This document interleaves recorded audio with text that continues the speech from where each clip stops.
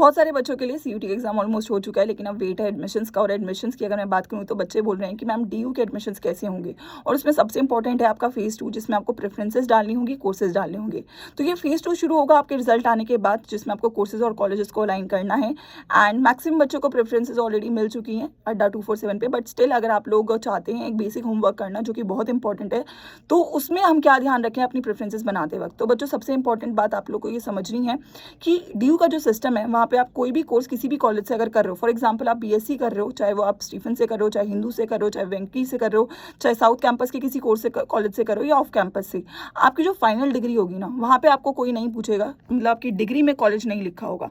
तो एक चीज़ ये इंपॉर्टेंट है कि I think what is most important is the course, क्योंकि आप 3 साल या 4 साल जो कोर्स दे रहे हो वही आपका जो आगे का फ्यूचर है वो बनाएगा।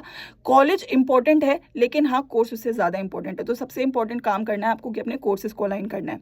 सेकेंडली अगर मैं कॉलेजेस की बात करूँ तो ऑब्वियसली कॉलेज का बेटर आइडिया लगता है उनकी कट ऑफ से, क्योंकि पहले के टाइम पे आपकी कट ऑफ्स आती थी।